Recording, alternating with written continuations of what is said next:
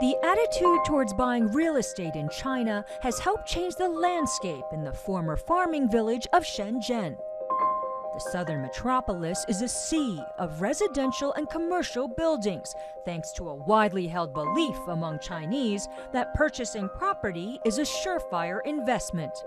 But that feeling is fading, as I found out on my recent trip to the city.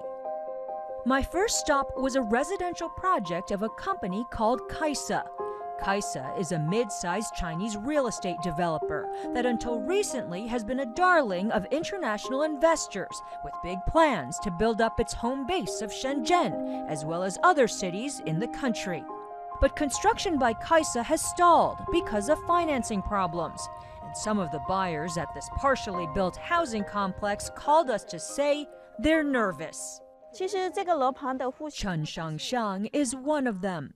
The 28-year-old marketing executive wonders if she should have held off purchasing her first home. She bought the apartment a year and a half ago. It still isn't finished.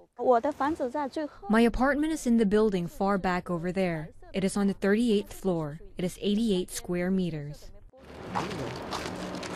Like many Chinese, Chen thought it would be a safe bet to put her money in real estate, especially since historically, people here have had few other options to invest their savings.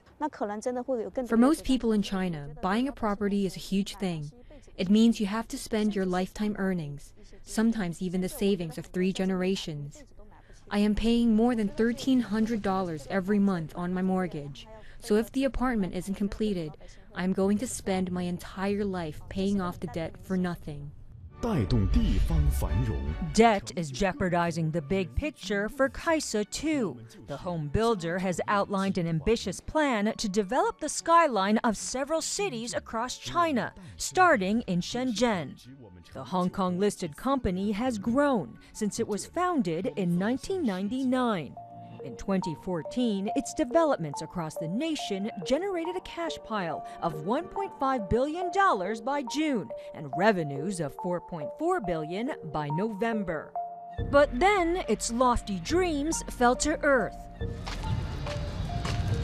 In December, its sales here were blocked by Shenzhen authorities. Swept up, locals believe, in the Beijing leadership's anti-corruption campaign.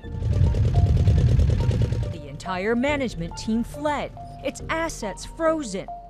Kaisa's debt soared, worrying investors, which include BlackRock and JP Morgan, that the real estate firm's rising financial troubles would lead to a default on its dollar-denominated bond, a first for a Chinese property developer.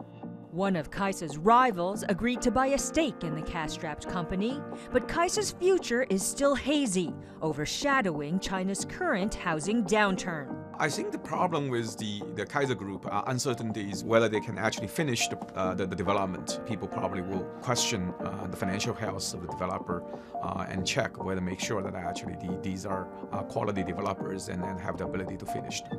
Kaisa has said little about its fate, though attempts to reassure its buyers are on display across its hollow buildings on banners that promise the Kaisa legend will never stop. The concern now is that Kaisa's case is just the tip of the iceberg, and that the trouble in the real estate market will only spill over into an already pressured financial industry. I think there are positive chances that actually we will probably see some other companies similar to Kaisa. And I think the reason is actually quite obvious. In this sort of urge to develop very fast, that actually we ignore a lot of things. For example, to make sure that all the property rights, all the permits are in place. So as a result, I think some of these issues will surface. Kaisa's home buyers are demanding answers to some of its financial issues. As these photos posted on Chinese social media show, hundreds gathered outside the local government headquarters wearing t-shirts saying, "I want my home," while calling on the authorities to protect their rights as investors. Chen and her fellow owners hope to pressure Kaisa to complete what it started. Together, they check the status of their apartments in a sign of solidarity.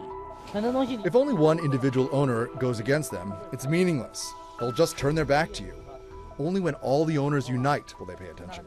The Buyers, including factory owner He Dinglin, frequently visit their project's sales office. He is a first-time homeowner. He and his wife put down a nearly 20% deposit on their $600,000 apartment.